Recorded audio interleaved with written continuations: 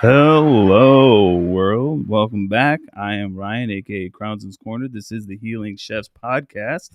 And today we have TWill, a tree junkie. Yeah, big TWill. How we doing? How we doing? Man, doing excellent, man. How about yourself? Awesome, man. I'm loving life. Shout out to everyone doing the Earl Cup and everything. That's not my scene, but shout out to everyone out there. But Likewise. yeah. It's too hot and there's just too much going on for me. But man, it's too many people out there. Yeah. Maybe one day the Healing Chefs will have a booth, but right now we keeping it inside. Man, they ask me all the time. I'm like, man, do I really want to give away $50,000-$60,000 worth of free shit? I'm like, yeah. Bro, you hit it, man, nail on the head, dog. Like, I love y'all, but like sometimes the freebie zombies show up. Right. And that's all they're there for. Yeah, dog. And I love the culture and the community, but I don't love that. But you know, sure. but to each their own. You know, everybody's got their thing. So the first segment, we're gonna go ahead and play the little intro real quick, cannabis journey, and I'll explain that.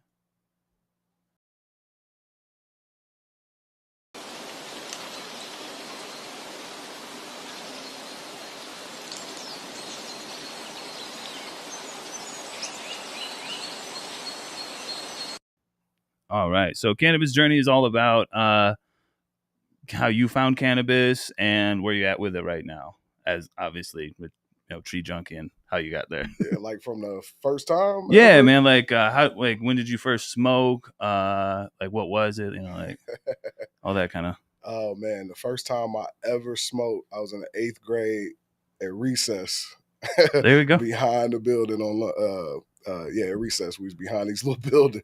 Bro. And my guy, I can't remember their names, but it's a long Was it out here? Or? No, I'm originally from Chicago. Okay. So, I'm originally from St. Louis, so okay. Midwest people. Midwest, yeah. Can't spell hustler without STL. Just saying.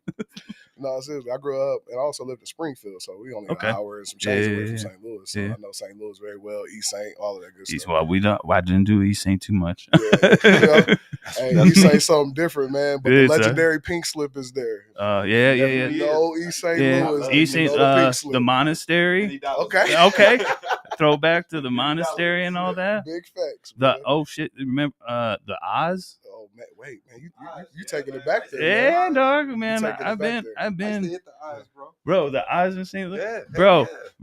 That was our club. Allegedly, that was the club. Allegedly, a motherfucker like me had Skittles and was getting them motherfuckers out. We'd be walking in there, everybody drinking alcohol, and then like an hour. An hour, yeah, an hour or so afterwards, everybody drinking orange juice and water. Oh yeah. The first one's 5, the next one's 20. Good days. Hey, allegedly. It's cool, man. Statute of limitations up on that shit. Yeah, fuck you. Sorry. No, but you good, man. First time I ever smoked, like I said, man, I was at middle school, 8th grade. 2 of my guys said, man, we got this little blunt. It was flat as hell, man. It was like, it's probably like a peach Optima or something like that, dang. man. And I didn't even know how to smoke. So we in the back trying to smoke. I didn't know how to inhale. And I was just blowing it out. But at the same time, they knew how to smoke. So, man, we get back to class, they all high as hell. Yeah. At the same time, I got to act like I'm high, like it hit me. So I'm acting like I'm high, but I had no idea really how to smoke and shit. Yeah. And but it was definitely some Reggie Miller, man. I mean, at that time, coming from Chicago, man, all through Illinois, it wasn't nothing but Bobby Brown. Oh, I know all about it, dog, because we all had the trays and the shit that you had to lean up so you could drop the seeds. Because that shit was heavy to go through, dog. That shit sucked. Oh, real shit. But I mean, after that, man, I probably didn't really get into smoking until like the end of my sophomore year. Okay. You know what I mean? Till then, I was playing football a lot, man. I was doing sports and all that stuff. But I really probably got into smoking toward the end of the sophomore year. I hit it at a party and everything like that. By that time, I kind of knew what I was doing. Okay. You know? And then once my older brother, I got a brother that's 10 years older than me. Once he found out I was smoking, he kind of just like all right, young smoker in the train immediately, like roll up, you know what I mean? Young Jedi, here we go. Come on, Padawan. But I mean, for real, man, I don't think I've missed a day of smoking weed probably since I was about 16. I'm 33 now. I feel that. So, you know what I mean? I've been a real big advocate of it. Yeah. I feel like that. I feel that because definitely in my life, once I tried it about 8th grade out here though, I was like, I'm doing this shit the rest of my life. I don't know what the fuck else I'm doing. But this is it. And all facts, man. So with that, okay, and then you like got put on into that. What what is the evolution of Tree Junkee? I mean, it was an evolution of me before the For Tree sure. Junkee. You know what I mean? Like I said, I probably really started getting into weed like sophomore year. I started selling weed by like senior year. I was really like selling weed for sure, no doubt about it. Nothing crazy, you know, breaking down a couple ounces just enough to smoke for free, that type of thing. I know those days. Then I came to Arizona after high school, so I came out here to play football. So I originally got out here to play at ASU. My grades wasn't right. I had to go through the summer program to be eligible. And long story short, I fucked that up. You know what I mean? ASU, the parties. I mean, yeah, it was immediately. I fucked up immediately. ASU's hard. No, it's facts. And now that I think about it, it wasn't hard as hell. I just wasn't focused. You know what I mean? I'm in a new state. The only person that was here was my older brother. He had moved here like a year before I did, just to better his life and his family. Didn't have any guidance. Yeah, you know, I was young and wild. You know what I mean? Father was in prison, the whole shebang. You know what I mean? So either way, once I got to Arizona, like I said, ASU didn't work out, but they set me up with a junior college. And at that time, we was like the number 1, number 2 junior college in the nation, Arizona Western, down there in Yuma, Arizona. So I come straight from Chicago pretty much into Yuma, Arizona. Damn, bro. So I'm like... Deserted. Yo, I'm like, what the fuck is deserted this? island. I'm like, what the fuck is this? They got one store, no. Everybody's slow. No, seriously though, man. It was everything was slow. And then where the campus is like 15 miles away from the city. So if you don't got no car and it's no walking, I mean, you're like in the middle of nowhere. So you're kind of stuck on campus. But we had dorms and a meal plan. It's one of the only junior colleges that actually offered that. Sounds like they had to a little bit. But that's dope, though. I mean, that's good to have it all there. Exactly. So, man, that first semester... Sorry, college football, Roll Tide. Sorry. No, man. So, you know, like my first semester there was trying to stay on a good track, this, and the other. But at that time, man, my family didn't have the money to help me out with little things that I needed, that type of thing. My brother, man, he was doing as much as he can. He was taking care of my mother, his 4 kids, his wife, himself, you know what I mean? Yeah, life. So, you know, I didn't have a lot of family members that was handing me money to make it through my little times and this, that, and the other. Yeah. So long story short, man, I got my financial aid check. I'm down there in Yuma. I ended up meeting with some people over there in San Luis. And I took my first financial aid check and I went and bought a pound. And I looked at the campus though. The whole time I'm looking at the campus, I say, man, shit. You know, there's it's like it's time to make some money. Real shit. No, I'm looking because I'm like, there's a couple thousand people on this campus. You know what I mean? I mean, the need, dog. Yeah, I mean, like, you needed money. You didn't have anybody to help you. Like, that's just how shit happens. Exactly. So I looked at it. I'm like, man, well, at least 10% of these motherfuckers smoke weed. You know, and it was only one person on campus that had some weed, and it was like every once in a while, and it was trash. So, you know, I found a market with the gas, man, and it was a wrap from there. I looked at the campus like a straight business. So the whole time I was going to school down there, I was really getting to it. Like, nice, though. Nice. Getting to it, you know what I mean? But yeah, after football, that type of thing, man. Well, actually, down there in Yuma, before I even go to that, I don't know what year is it? Yeah, we way past that. So that's where, you know, first time I ever started to really dibble and dabble, like as far as like, you know, getting something from one place to another. Mm. You know, if you know what I mean. Yeah. You know what I mean? Believe me, I know. I got some stuff from Amsterdam to Germany one time. You feel me? I don't know, So I learned a lot down there in Yuma. It was fucking like a learning lesson. Like I said, I met some people down there in San Luis that just like put me on game all the way. And, you know, I pretty much been able to pay my bills from weed since I was 19 years old. That's what's up. You know what I mean? Shout out weed.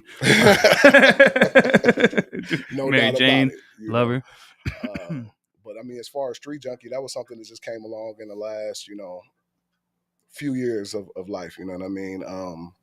Originally, how we kind of it's a lot of steps that got us to that point. But originally, like I had a good friend that played in the league, that played in the NFL. Okay. And you know, he was kind of gearing up. He was always kind of ahead of his time, man. So he was gearing up for when he was going to retire or when football was over for him, period, anyway. You know, so he was looking for something that made, you know, that type of money outside of the NFL.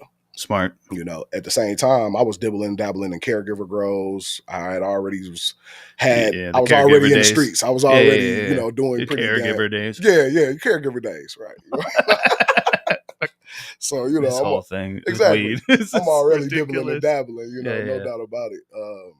So, but anyway, you know, when he said it, it was like, man, that's a good idea. I think maybe we should, jump into this. And we couldn't get a license. They weren't doing any lotteries. We were already past that. This is like 2017 when the idea came around. Oh, damn. Yeah. So, there was no more, licenses at that time or anything like that. That's true. Right. This was right after that last lottery of that. They did 100 the first and then 32 the next or something like that. Yeah, because I moved back out here 15, yeah. Right. So, we couldn't do it that way. So I'm like, well, really the only way we can get in the game is to, do a cultivation site. So I was a novice, man. I had no idea what it really took. I had never learned how to, find property or, pull permits, GC a project, all of this stuff. It was all new to me. But, long story short, I told my guy, well, shit, I'll get it done. And, it kind of started from there. And we originally were partnered with they got a CBD company now, Cactus Kush something. But anyway, shout out to them. Yeah, well, I can't think of them. But we ended up going to Yuma County, and we got the first ever cultivation site approved for marijuana in Yuma County. It might still be like that to this day. So, I learned a lot. Yeah, because there ain't much going on. Yeah. Right. It wasn't nothing out there.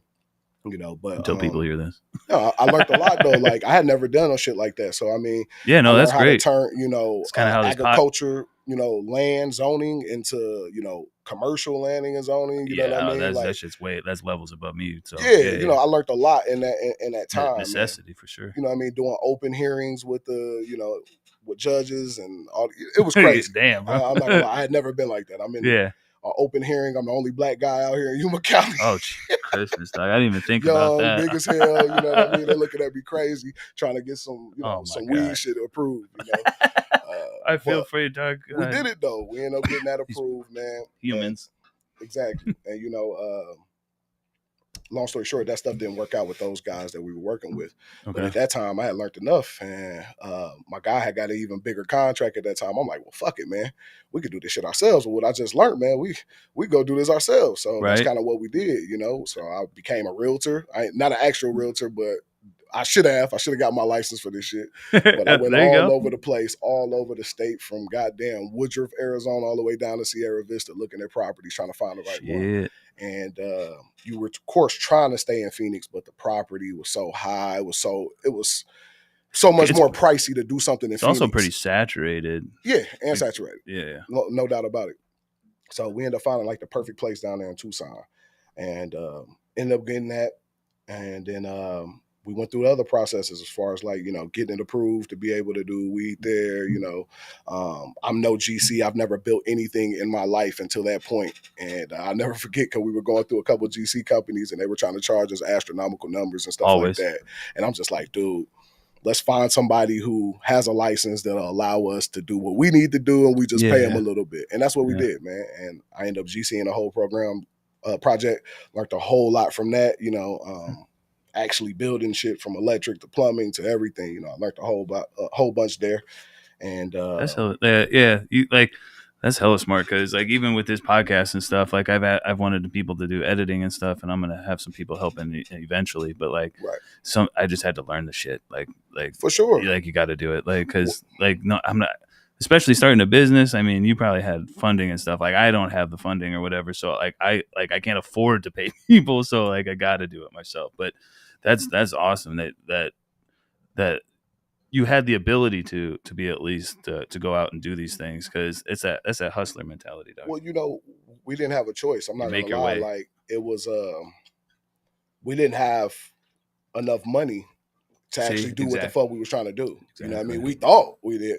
No. Yeah. And like I said, even the guy that I'm working with, it's not like he was a fucking Odell Beckham, like he got, $100 million or something like that. No, like, bro, he drained himself, you know what I mean? Damn. Everything that he had, no doubt about it. And we had other partners, that eventually came in because the money was drying up, and that's how, Rico and my other partner, Mo, I kind of got into the game as well.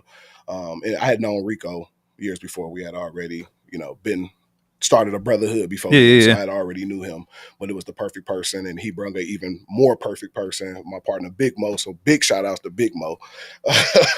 Shout out to all of them. Yeah, so we'll have to get them both on their own show. Oh yeah, man, they all need their own show, man. Everybody's lives is kind of crazy, man. I love this shit. Like so But anyway, man, we kind of partnered up, and I say I learned a lot, and I'm glad I did, because now I can't be fucked over.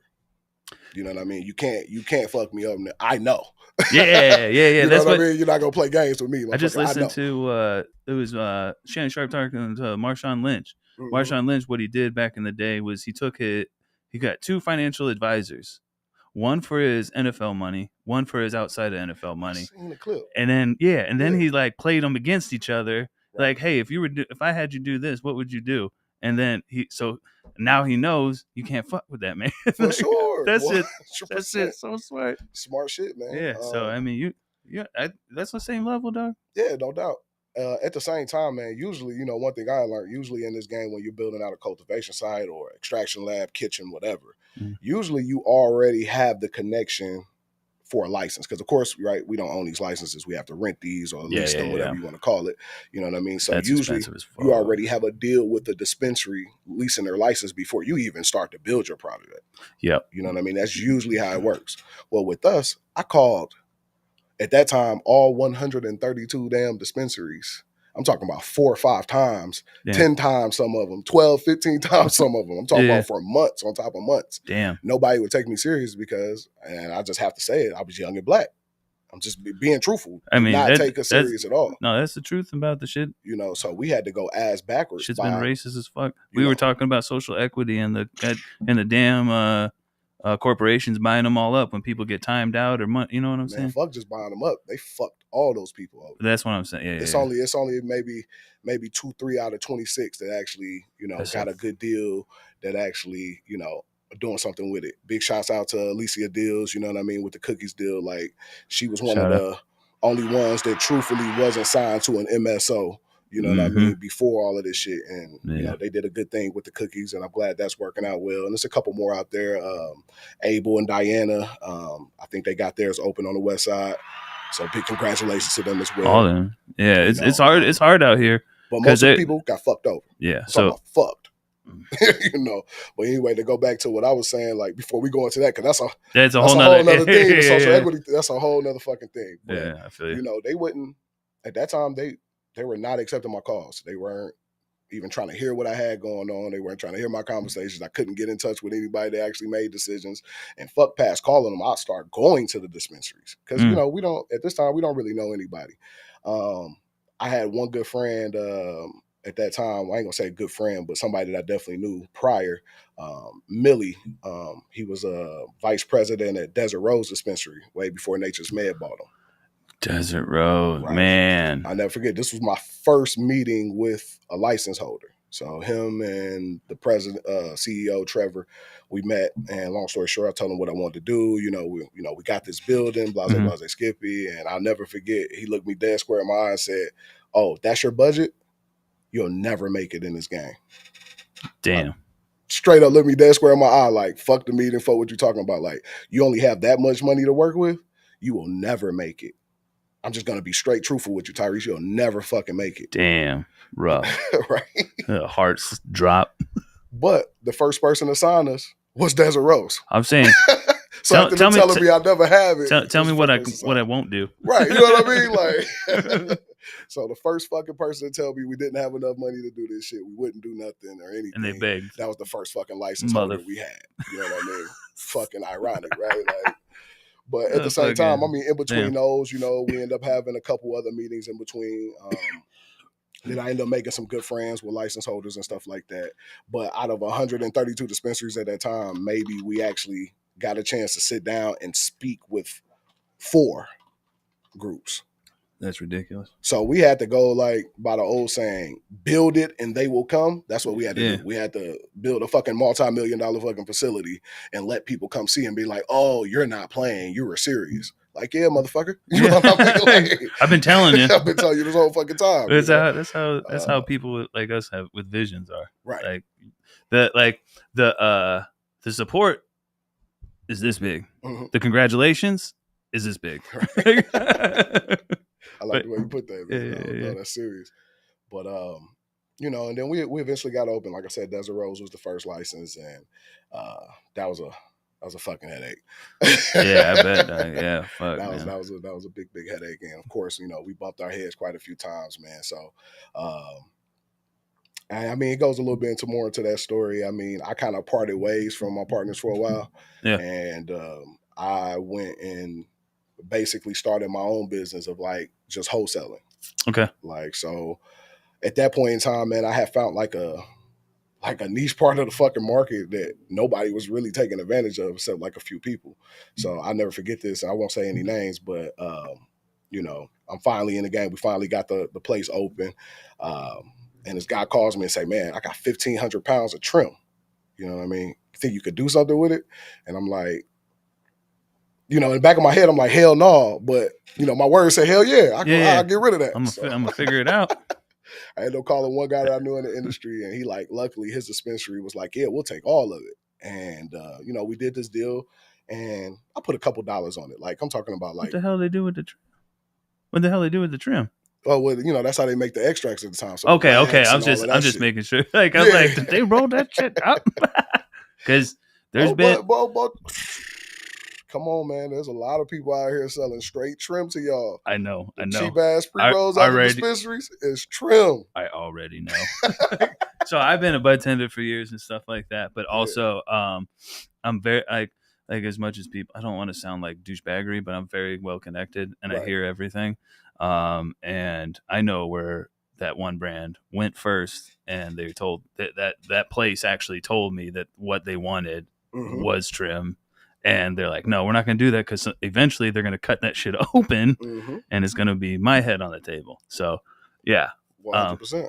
But we know who they are. But I mean, I know them all. And most of them don't give a fuck whether they cut it open or not. Nah. They don't care. That's what it is. I mean, you're there going to buy it anyway. Yeah. And that's what they do. Yeah. But yeah, but that takes care of a different, like that. I wanted to bring like, just real quick, that's this whole part of the we want everyone to smoke weed. Now we have everyone smoking weed, but we got the Walmart people smoking weed now, and of course they're always gonna like float to that kind of like that the branding and the weirdness and stuff like that without the stuff because they just want to get in and get out. They don't really care, but it's like us that really care about the plant. That most people want quantity over quality. Yeah, well, you know what I mean. Not most people that watch this though. But yeah, I feel you. It's just seriously, most people want the quantity over quality. And then ever since, COVID, ever since they stopped you from being able to actually check out the weed and, crack it open and look at it, because it was like that prior to COVID. You know what I mean? You're actually able to check it out. Like, okay, I can go in there and even though this shit say 16% THC, I'm able to check it out and be like, oh, that's some gas. Right. You know what I mean? But now everything's off test percentages. So you're not able to see it. They're just going in there and they're looking at it like, oh shit, that shit says 26% and it's only fucking $10 for an eighth. You know what I mean? I'm going to grab that. That's fire. No. No, that's like walking into the bar and going, I'll take the Everclear. Yeah. That shit's 151, dog. It's fucking Everclear. You be lucky if you wake up, motherfucker. You know what I mean? Like, did that taste good? No. Did that feel good? No. Not at all. Was that a good experience? No. It's rough the whole time. Rough. But like when it comes to it, I try to tell people all the time, I try to educate them that like the THC percentage don't mean shit. You feel what I'm saying? Because you can have some outdoor shit that'll test higher than some indoor, right? Yeah. And there are natural things from the sun that are indoor that a light just can't give you. You can't mimic the sun. There are certain natural things that you get from the sun that you cannot get from a fucking light. You know what I mean? Yeah. And then also we're in the state of Arizona where the testing is a little different here, so they test it at your moisture content that you bring it in at. You feel what I'm saying? So if your shit dry as hell, probably gonna test a little higher. You know what I mean? Like, it's just real good. I just dropped the gym, so I probably need to edit that shit out. You mother, you've been doing it. I know you've been doing. Right. So there's a big difference. Like if you were in like, you were in other states. You feel what I'm saying? Like some shit just makes so much sense right now after you said that. Go ahead. Oh yeah, you know what I mean. So if you were in other states. You can bring it to them wet, whatever. They're gonna kind of dry it out to a certain percentage and then test from there. But Arizona makes you test off the moisture content you bring it in. So if I bring it in a little too early and it's a little wet, more than likely it's gonna test fucking low. You know what I mean? Yeah. No matter if it could be some super, super strong shit, but if it's too wet, because they make you test it at the moisture content that you bring it in at, it's gonna test a little lower. I've seen weed sitting in a fucking dehydrator. Right. You gonna see all of this bullshit all these other places is doing too. You're gonna start seeing weed at with 40-something% THC and shit like that. Cause that's another level of like cheating the system. You feel what I'm saying? Yeah, what are you doing? Spraying the shit? No, they don't spray it. How you get 40%? Because they fucking they'll dry freeze the weed, right? So let's just say you gotta take in samples. You need 10 grams, 10 grams, whatever. So for the THC, you only need a couple grams. So what they'll do is they'll take a couple buds, dry freeze it, you know what I mean? Like freeze it instantly, scrape all the trichomes off, put it on their fucking samples, and then send it in. Yeah, I'm dropping gems on motherfuckers today. Yeah, or I think I've seen where they like probably take some of that keef or whatever from the trim bins probably and roll the shit in that too. They do that too? They do that too? Oh, bro. Like, I mean, I'm mad about it, but I mean, if you sit and think about it, like if you can think about it, is getting done. Yeah. I mean, I understand it too, because like I'm in the business. You got bills to pay, you got payroll like a motherfucker, so it's understandable. Yeah, you know, you don't want to test low because the dispensary's not going to grab it if you test low. Yeah, you feel what I'm saying? Like they won't. Like you got certain. I'm not mad at anybody. They won't take shit. If you're testing under 23%, there's certain dispensaries that won't even take your shit. Well, now they got people shopping. Like they're dropping gems out there already, like On Point Labs or whatever. Supposedly they got it out right now that they're sweeping shit under the rug. Like supposedly that if the testing came back negative or something, they had an option to nullify the entire contract. Yeah. So bro. I'm not gonna lie. Like, they attached to some really strong people, so I'm gonna shut up about them. I won't say a fucking thing.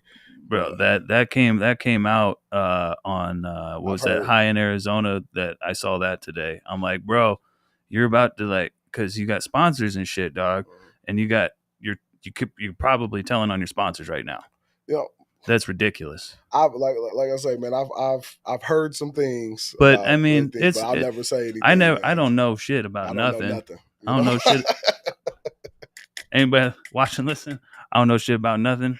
But I just saw that shit on Instagram and I'm like, wow, like why would you even put that out? But just know, any dispensaries, I've never used On Point. Okay. No. Hey, no. And even that kind of stuff can happen because of a pissed off employee or something like that. It may not even be, you know what I'm saying? Oh yeah. So like even coming out like with that shit that they put out today on Instagram, I'm like, can you like why don't you wait? Like find out, because all the AZDHS and everything has been doing is just throwing out bullshit information and it comes back that is like it's bullshit or something. But I don't know how all that works. I'm not talking shit on nobody because everyone's got their shit. I'm still due for an inspection, so AZDHS, we love you. We love you today. I'm just kidding. We love you all the time. Thank God you're here. We love you. No. I'm all about comedy. But anyway, Tree Junkee, where you guys like so you started Tucson and everything, like what are you all in all the dispensaries, and like where are you? No, we're not in all the dispensaries in Tucson, and that's mostly like politics why. Yeah, it is. Yeah. We got a very, very good name down in Tucson, you know. For sure. Very good. Speaking of good name, I just see like obviously Rico Bands and everything y'all connected, but I just seen y'all. No, that's like, my partner. Yeah, you know what I mean? Like Rico, that's my partner. Like that's broski. We go back before Tree Junkee. You know bro, what I mean? I was listening to I am Arizona too. Yeah. And bro, they're like multiple things in that song hit home with me. Yeah. And bro, like I was in the middle of doing like deliveries the other day, my side job or whatnot. And when he said that they wouldn't let him home for his grandma or whatnot, the Army wouldn't let me home for my grandfather. And I found out they buried him on my birthday. Damn, right? So me too. But like when I heard that, when I was driving, I had one tear come out. I'm like, man, Rico, I'm trying to work right now. that shit, I felt that. But I mean, one thing I can say about my man Rico, anything that he's saying on them songs, it's true. Yeah, no, I feel what I mean. Like he ain't one of them motherfuckers that just saying some shit he ain't never did. Like the homies back in St. Louis. I'm in my Ferrari, bro. You ain't got a Ferrari. No, bro. But if bro said he was in a Ferrari, he was really in a Ferrari. You know what I mean? Bro awesome. Out here really in a Wraith right now. Yeah. You know what I mean? Sliding through the streets. Speaking of it, also I saw the tree junkie in the hands of that Mexican OT. Yeah, man. Yeah. So, man, big shouts out to Mexican OT. Shout out. Definitely to Rico, man. Rico has been putting a lot of those type of plays together for us, man, and it's been helping out a lot. Bigging up the name for sure. So ever since he's got home, he's been definitely a big help, man. That's what's up. Yeah, I talked to him a little bit, gave him the digits and shit. Yeah, tapped in. But he wanted to come today. I told him, man, you gotta have your own, man. We'll have him on here. We got nothing but time, dog. I got plenty of opportunities, and we have to give everybody their own time. Like we don't want to like cut anybody out or shorten anybody's story. So we're gonna go ahead and jump into the next segment real quick, which is Trip Tales. Okay.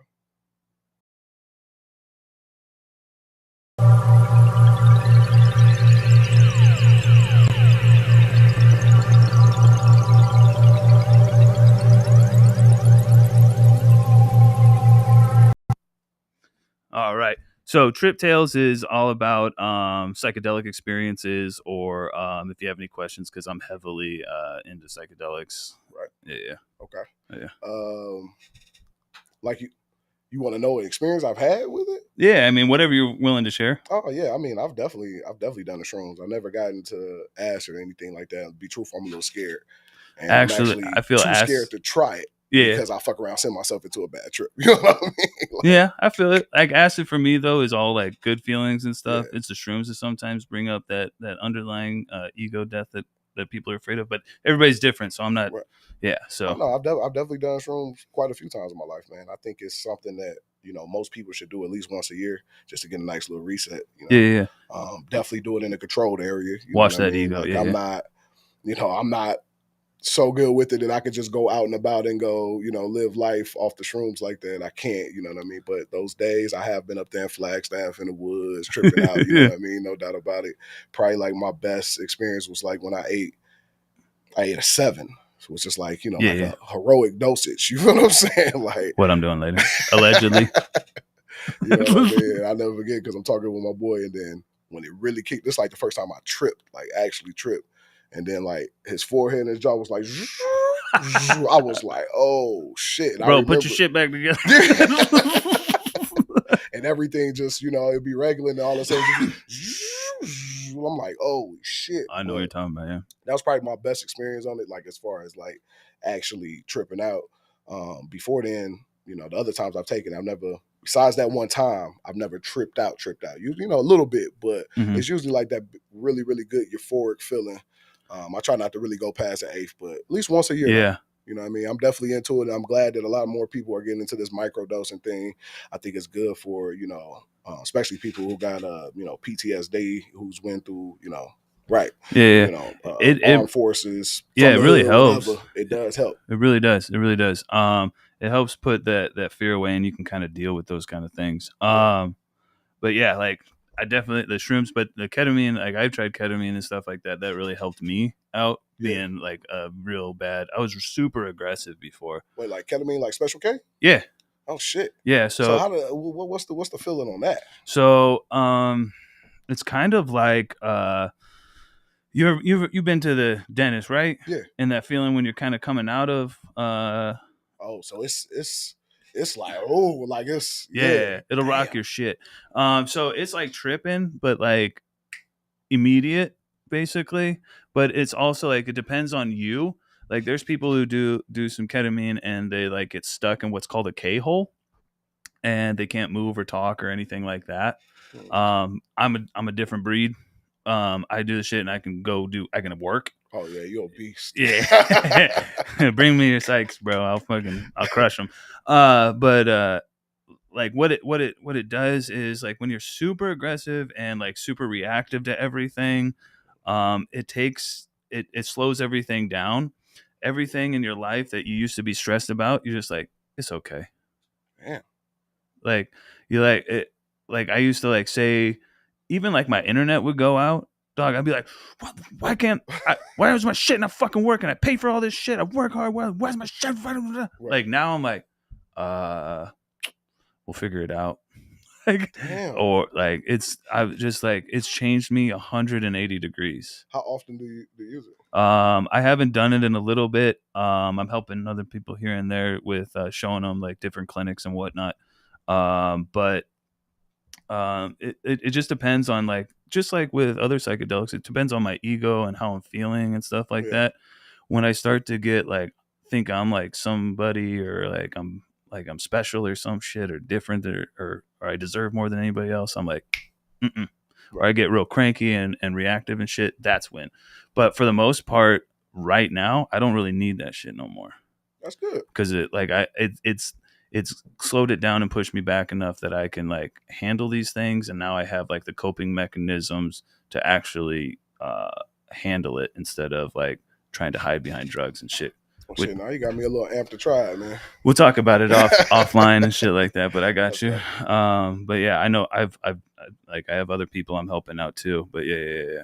Damn, man. This was yeah. Yeah, man. Like I said, man, I'm definitely up for the shrooms. Like the shrooms, I think is like really, really. And the ketamine, for me, you can control it a bit more than shrooms and acid. Really? Yeah, you can control it. Because I will say, man, ain't once you trip it ain't nothing you can do to calm yourself down. Like, yeah, so like ketamine like doesn't last that long.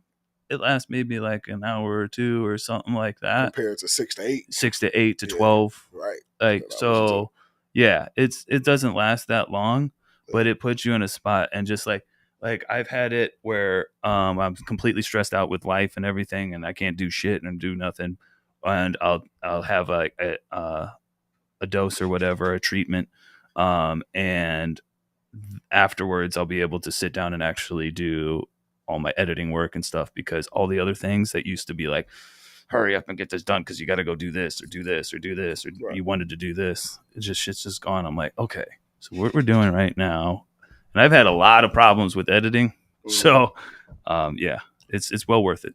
Nah, man, I understand that. I'm glad to hear that you like, you know what I mean? You know what? I'm gonna just do that shit myself. Yeah, you know what I mean? Because I'm one of those people too, man. Like, well, because the VA wants to give me all sorts of shit, dog. Right.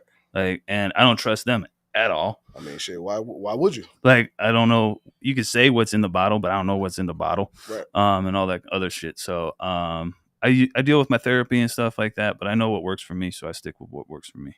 That's all you can do. Yeah. And just be glad that you actually know what works for you. Yeah. I shout out to Ghost Creations and stuff. Like, he'll be home soon. We dealt with a lot of this shit together, and he's helped me immensely. That's why I wear this thing. It's not even about like anything. It's just he gave this to me, and he's the one who pretty much helped turn my life around. So gotcha. Shout out to you, Dan. Big shout out. But real quick, we can just jump in. You want to do the break or? Yeah. Okay. Just play that video real quick, and then we'll jump into the mental health.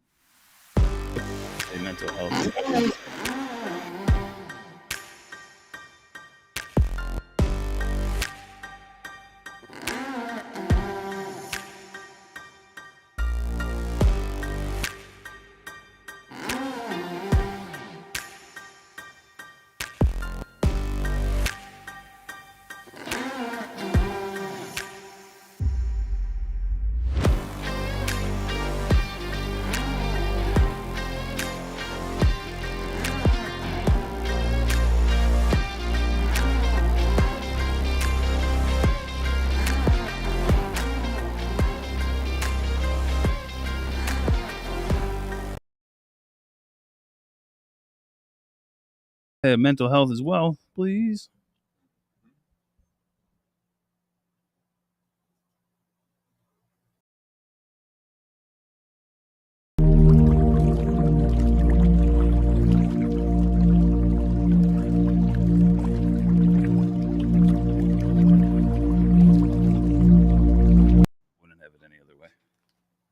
Yeah, so like just like you said, I can't get messed over now because I know what I'm doing. Yeah. All right. So this says mental health is wealth. We kind of already tapped into it. Like I said, I'm myself a veteran with PTSD. I had a mental breakdown back in like January, February or something. I had to check myself in to the VA, which is okay. Like, I'm trying to normalize that stuff because sometimes we all just need a break and stuff, and maybe you need a break and it's okay. And quit making people feel bad for getting that help, because we're better people once we get the help, and everyone deserves a chance. So that's just kind of thing that I've been through lately, and I know that I'm sure you've had to deal with a bunch of like bullshit that you've had to deal with even in the cannabis industry. Man, I don't think I've ever dealt with so much bullshit until I got into the legal cannabis industry, man. Yeah. This side of it is full of snakes, man. I mean, it's more dirty than the other side, than the black market side. You feel what I'm saying? It's way dirty over here. There's, and if you watch movies, I'm just gonna say this: if you watch movies, there's top players that always like smash out the smaller players too. Oh yeah, 100%. By but watch a movie. Yeah, most definitely, like, man. This shit's real. Yeah, it's real dirty, man. I don't think I've ever had a breakdown, but I think sometimes, man, the shit that happens in this industry kind of like wears on me mentally. Sometimes I just have to get out and about. Like I bought a side by side. I've never. Oh, I've seen that. Yeah, on your story. Man. That shit's dope, no? Yeah, I bought one of those, and that's probably been like my biggest stress reliever that I could find. Period. You know what I mean? And shout out to you also on your story. Just came to my mind. Like when you had your sons on there and said, "I'm gonna give you a better life than I had, dog." Damn fucking right. Man, shout out to you for that. Fucking, we need good dads in life and shit. Like, and it sounds like you're a good one, dog. Well, so shout out to you. Man, I appreciate it. They helped me be that, man. I don't think if it was for them, that's the reason I'm on this legal side of it. You know what I mean? Like to give them a better life. I didn't want them growing up to go see their daddy behind glass like I did. You know what I mean? I seen my mom and my dad behind glass for years. You know what I mean? So both. It's hard to be the one to break the cycle, dog. Yeah. So I didn't want that again for him. So when I got a chance to do this, I went full fledged. You know what I mean? All the way. Nice. And I'm still going. But, like I say, man, it's been so much bullshit, man. Me, myself, as far as the company, Junkee, we bumped our head quite a few times and dealt with the wrong people, been fucked over. But, you got some good people working for you now, too. Definitely got some good people. Yeah, man. People that's been with us from the get-go, But then we got some people that's no longer with us, too.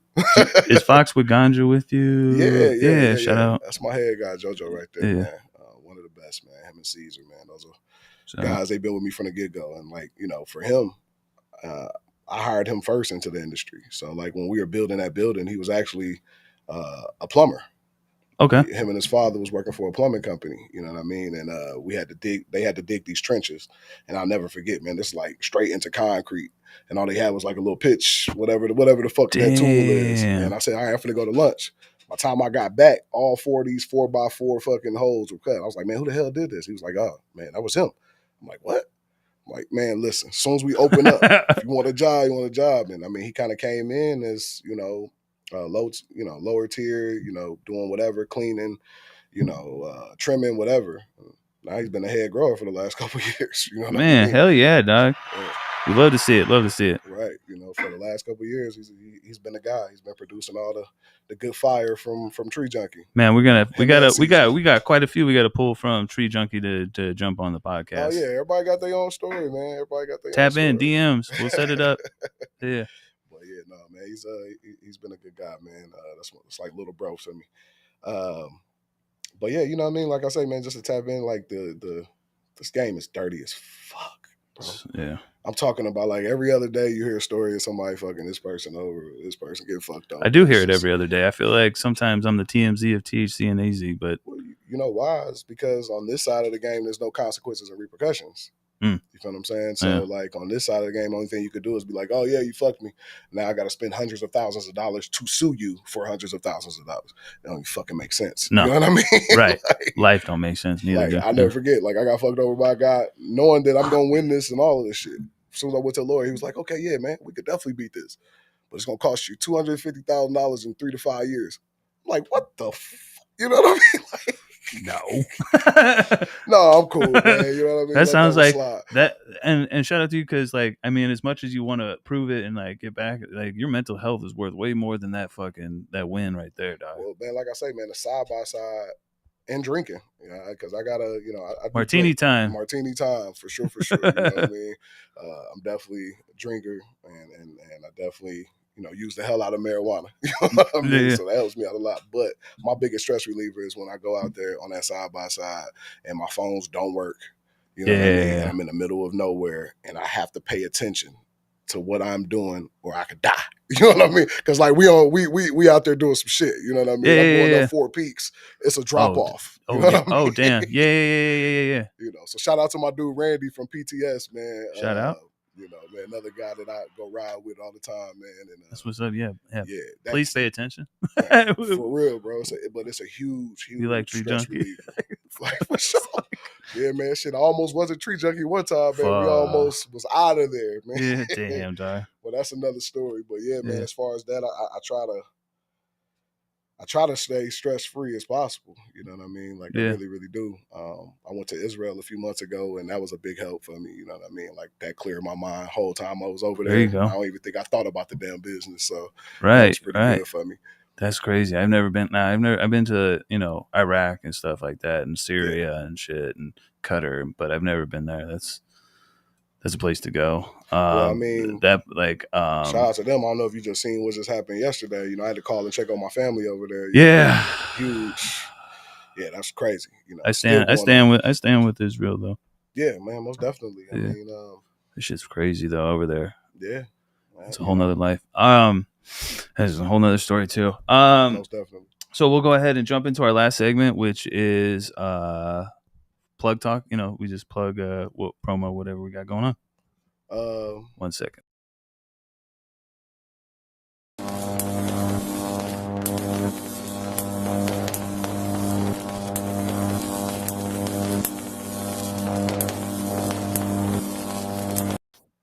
All right. So yeah, this is all about what we got going on. So if you tell the people what you got going on coming up, and I mean, you know, Tree Junkee is steadily growing. We're getting into more and more stores. You know, I mean, big shout out to Nirvana and the cookie store. They've been a huge help to us. You know what I mean? No doubt about that.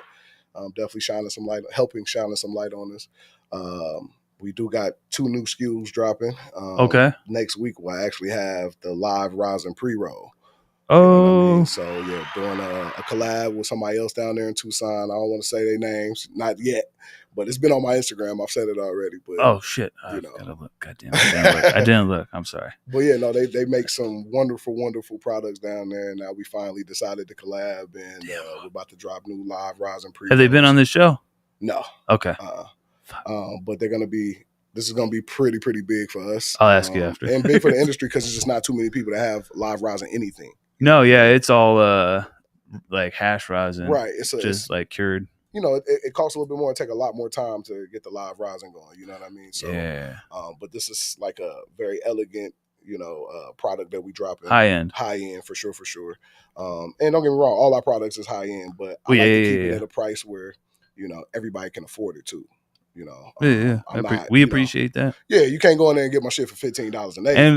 And if you're on the east, spend $60 either for an eighth. You know what I'm saying? So, yeah, I know we're on the east side, right? I'm on the east side at least. And I know that y'all are at Sticky Saguaro and stuff like that. So I definitely, if you're on the East Valley, go check them out there too. Sticky. Definitely, if you're far east, check out True Bliss. They have been, with us from the get-go, even when we had the old jars, Yeah. You know my history with True Bliss. Oh shit! I didn't know. Damn, I ain't spark nothing, man.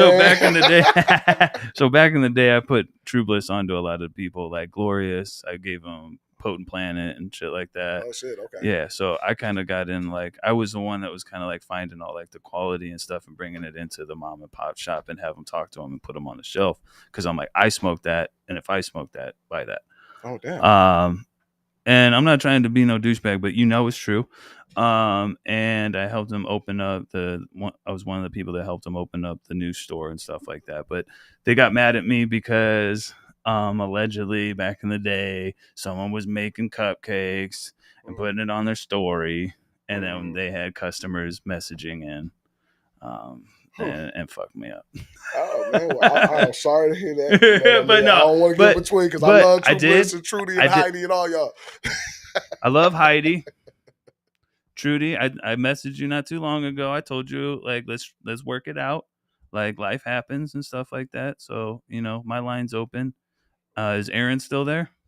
I believe so. Yeah, Aaron, you can hit me up too. Like, I've made my way around this community, telling people sorry and working shit out.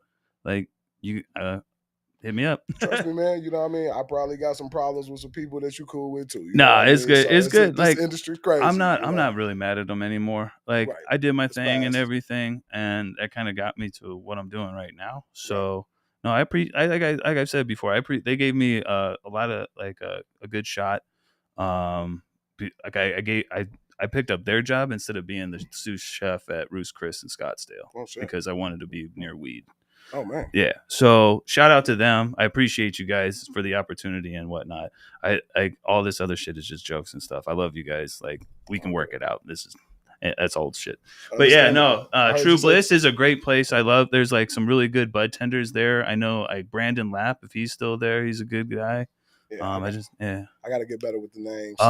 What's Bobby? If Bobby's still there, Bobby's still there. Bobby, I love you, Bobby. I just see her about a week ago when I dropped some stuff off. Yeah, they've been a really, really big supporter of mine from the get go. Dope. You know what I mean? Good. So, I mean, they like Trudy's a good person and stuff like that. Things just got weird. It's all right. No, understandable. And then like even before Tree Junkee was a thing, I was already kind of doing business with Trudy. Wholesaling to that, wholesaling stuff. So, we kind of grew our own relationship there. And even though it wasn't like she told her people to like, yo, put them in True Bliss. No, I still had to go through the ringer and give everybody. And luckily, the people actually make the decisions on what comes in the store, like the product and like me and made it happen. And they've been a true staple with us. That's dope. But I heard you say shout out to Potent Planet too, man. Those are my next door neighbors, right? Yeah, I know. I was just trying to give you your shine, dog. I ain't trying to. No, we good, man. Man, no problems at all. Shout out Amar. I think I've only met Amar maybe once. I haven't met too many people from over there. If you scroll all the way down, Amar got all his workout stuff, but if you scroll all the way down in Amar's stuff, you'll see me with my green hair, me and Amar with the mask from way back. Okay. Way back. So that's when we finally opened North. I was talking about Oasis back in the. But when we opened the True Bliss store and he came in, he put a picture up. So shout out to him for that. Got you, man. I'm glad to see it because I have to like straight up. They got some fire. Yeah, I used to talk to them back in the day. I was gonna. I ain't gonna never put them down like that. They got some gas over there. I can talk about it now. I at one point in time I was trying to make their edibles. Mm-hmm. Like obviously they're a smaller company too and haven't been able to produce edibles and whatnot. Right. But we were in talks at one point in time to do that. And everyone's tried my shit. I'll get you some of my shit sometime. Man, definitely let me get a try. I'll fuck your world up. I'll fuck your world up. Man, nothing but respect to those guys, man. I feel like they think that we don't like them or vice versa, something like that. You know what I mean? Is it because it's like you know what I mean? It's a little we don't need that shit. We already. Like, dude, when I say like we're like 1,000 square feet away from each other, like 1,000 square feet. Like I could throw a fucking football and hit your front door. You know what I mean? We're not mad at each other. Like it's all good. Or you might no. I mean, let's see. Here. Yeah, that's dope. Anything else you got? I mean, I'm gonna try some of this shit. I'm gonna smoke some of this shit on a story and stuff for y'all. Yeah. And then the new live resin pen we're dropping as well. So that'll be in about 2 weeks. But the live rosin. Is that going to Sticky next week? Hopefully to everybody. You know what I mean? Hopefully everybody decides to go ahead and take it in. Sticky Saguaro, I know you're marketing and all sorts of stuff. Brandon, if you're watching, listening, get it in. Thank you. I'm gonna buy it. It's gonna be a game changer right here. I'm gonna buy it, so. and we'll put it on the story and all that kind of stuff. Yeah, we'll run it. It's gonna be good for any dispensary decides to carry because the marketing that we're about to do is gonna blow shit out the water. You know what I mean? So it's gonna. 2024 gonna be real nice with Tree Junkee. Real awesome. Nice. I'm stoked. I can't wait to see it, and we'll have you back on after all that stuff too. Most definitely. So we can talk about it and reminisce. Let's see here. So what we have going on, the Healing Chefs. I'm gonna go ahead and announce that me and Cameron are meeting back up Friday. So he's probably gonna be back on the podcast here and helping out. Shout out to you, Cam. Killer Cam. Cameron Brown. Oh, okay. I'm about to say, I'm like, Killer Cam? Bro. Like, Dipset? I'm like, I know he got a crib out here, but damn, like, I didn't know. Hey, get on the show. Send this to Cameron if he's out here. Send it to Cameron. Dipset. This is Dip over here, by the way. Man, we could be all out. Man, I love that. Anyway, sorry, but actually, what we have next week is Two Tone to Superstar. Okay. Interview. Shout out to you. Big, like number one, if not the number one of the top hip hop podcasters out here and stuff like that. You coming through next week? Yeah, next week. And like right after him is a younger artist, young JJ. We're gonna have him on here right after. JJ. Yeah. You might as well send Rico right up after that, man. And then let's see what days. You got Tone coming through. Rico should be coming right up. I'll come with him next time, but I'll let him tell him because it's more to that Tree Junkee story, and it ain't right for me to actually get into it without him being here as well. You know what I mean? Like, because the story crazy, really, how Tree Junkee came around and how all these young black brothers is, bro, we one of the only minority-owned companies in the entire state. Like, it's maybe, shout out. It might be 2 more out there, maybe. You feel what I'm saying? So we the only ones, and only ones that look like this and walk and talk the way that we do. You know what I mean? So yeah, for sure. Yeah. And shout out to you guys because this whole weed shit has been racist since forever. I'm like, I ain't with brothers it. making some money off of it. Man, that's why that's our whole slogan: black owned, brown grown. Right. There you go. Black owned, brown grown. That's what's up. Shout out to you guys. I mean, I know I'm white and all, but like, hey, we got white people in the building. You gotta have allies in all. You gotta have allies in all walks of life. It's real. All right. So we got that coming up.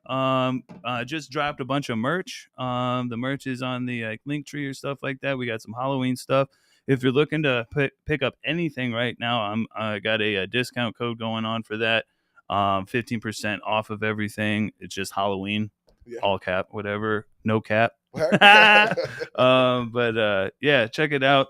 All proceeds go to actually this podcast and everything.